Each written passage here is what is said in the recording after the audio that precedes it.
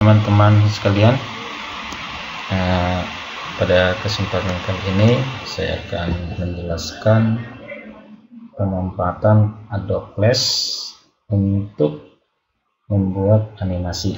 Jadi ini part 1, yaitu pengenalan lembar kerja dari Adobe Flash. Ada beberapa hal yang perlu dipahami di sini. Yang pertama, setelah kita buka aplikasi Adobe Flash-nya, ini muncul tampilan seperti ini. Yang pertama, daerah ini dinamakan dengan areal kerja atau sering saya sebutkan dengan stack. Selanjutnya di sebelah sini yang namanya toolbox, ini alat bantu yang kita gunakan untuk membentuk objek.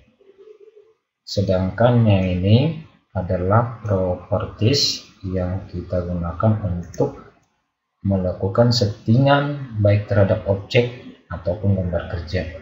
Sementara di daerah ini adalah bagian dari objek yang kita olah.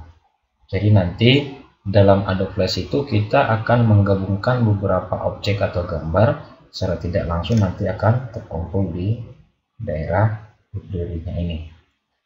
Sedangkan yang ini adalah tempat objek kita susun untuk membentuk animasi.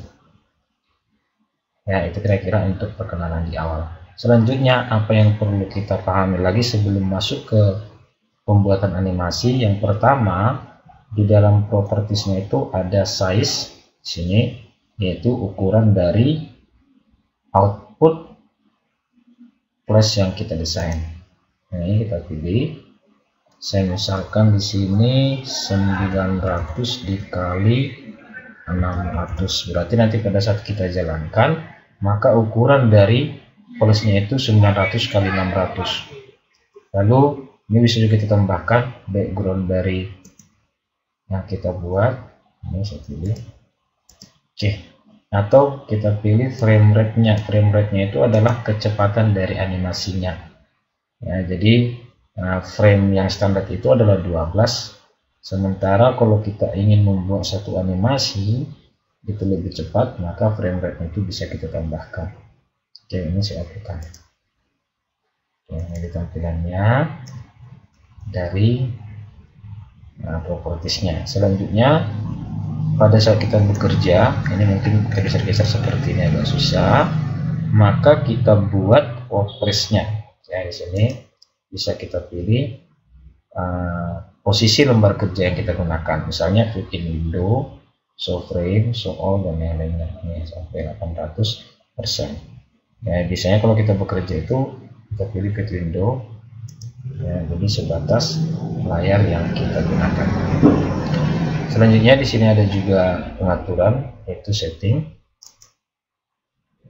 Ya, di setting itu yang perlu apa? Yaitu format yang akan kita jadikan nanti flashnya itu. Biasanya bisa berbasis flash, HTML, atau bahkan mungkin dalam bentuk GIF, JPEG, dan yang lainnya. Jadi nanti kita checklist.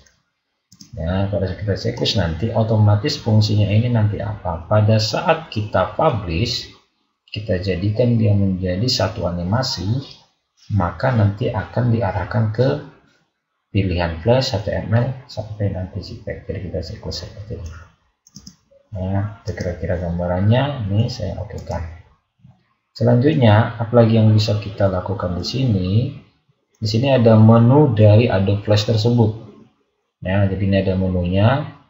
Di file ini standar, saya rasa ada new, ada open, ada browse, dan yang lainnya. Cuman ada beberapa tambahan di sini, yaitu untuk melakukan import. Nah, ini import to stake. Import to stake berarti langsung ke layar kerja. Import to library berarti langsung masuk ke library-nya. Ya, ini kira-kira tambahan di file. Selanjutnya untuk ekspornya, ya, ini mau kita ekspor videonya itu apakah dalam bentuk gambar atau dalam bentuk movie. Nah, jadi misalnya kita pilih nanti ekspor movie seperti ini. Nah, kita akan menyimpan dengan jenis flash movie. Ya, itu dia gambarannya. Oke, selanjutnya ini dari segi file. nanti bisa sambil dipelajari, tapi hal-hal yang penting di situ import export. Selanjutnya di file view, ya di sini ada beberapa hal yang juga perlu kita ketahui. Biasanya itu adalah proses pembentukan rule-nya. Ada rule-nya, jadi ini bisa juga sebagai bantuan nanti, atau mungkin kalau kita ingin mengaktifkan garis-garis tertentu. Nih, saya buat show grid seperti ini. Ya, fungsinya apa? Misalnya kita buat satu objek ingin posisi di area tertentu yang sama, ini bisa kita jadikan sebagai alat bantu. Ini alat bantunya, tinggal saya tarik seperti ini. Oke, saya buat seperti ini. Nah, tarik lagi seperti ini. Oke, secara tidak langsung ini bisa menjadi sebagai alat bantu. Ya, sementara untuk insetnya, ya di sini untuk masukkan timelinenya, untuk menambahkan layar, mesin guide, keyframe dan lainnya. Oke, itu saya rasa untuk hal-hal penting sebelum kita masuk ke pembuatan animasinya. Untuk selanjutnya, proses penggambaran, yaitu membentuk objek, kita manfaatkan itu bisa import, bisa juga langsung secara manual. Misalkan saya membutuhkan objek bulat, nanti sesuaikan aja ini objek bulat. Nah, saya pilih tombol O dari keyboard. Ya, biasanya untuk menggambarkan ini kita arahkan seperti ini sambil kita tekan Shift. Ya, tujuannya untuk apa? Yaitu untuk memastikan bahwa posisi bulatannya itu sempurna. Oke, kira-kira seperti ini. Ini gambar awalnya. Ya, jadi ini bisa kita modifikasi. Ya, untuk modifikasi objek, ini pada dasarnya objek ini terbagi dari dua. Ada fill, ini fillnya bisa dipindahkan, ini fillnya, dan ini kategorinya itu adalah line-nya. Nah, jadi bisa kita pisahkan, atau mungkin yang kita manfaatkan itu hanya fill-nya, atau yang kita manfaatkan itu hanya line-nya. Apa yang bisa kita lakukan di sini? Yang pertama, tentunya bisa merubah warna. Ini pertama, ya kita ubah warnanya. Selanjutnya, untuk line apa yang bisa kita lakukan? Yaitu jenis line yang kita gunakan. Nah, misalnya ini kita buat jenis line seperti ini, atau yang seperti ini. Oke, ini adalah ketebalan dari line yang kita gunakan. Ini saya uji langsung apa? Cek ini dia. Ya, itu dia. Selanjutnya apalagi yang bisa? Ya, di sini bisa kita rubah warnanya. Misalkan ini saya ganti backgroundnya biar lebih terlihat. Warna kesukaan kita sendiri. Oke. Ya, itu dia. Selanjutnya apalagi yang bisa kita lakukan, yaitu merubah objek ini. Merubah objeknya pada dasarnya tinggal kita arahkan. Ini bisa Anda lihat simbolnya melengkung. Ya, fungsinya di situ arahkan kursor kita ke daerah ini, tinggal kita pindahkan. Oke. Ya. Atau mungkin saya arahkan lagi, saya pindahkan seperti ini, jadi bisa sesuai dengan keinginan. Dan selanjutnya apa yang bisa lagi? Mengisikan warna dalamnya ini. Ini tadi saya hapus filenya. Caranya tinggal pilih warna yang ingin kita jadikan sebagai filenya seperti ini, baru kita pilih ini, arahkan seperti ini. Oke, itu dia kira-kira trik yang bisa kita lakukan untuk memulai gambar dasar dari Macromedia Flash. Ya, selanjutnya kita misalkan ingin menggambar model tertentu, ya. Misalkan ini saya pilih dulu R, rectangle, ya, tarik, muncul seperti ini. Dengan cara yang sama bisa kita lakukan perubahan.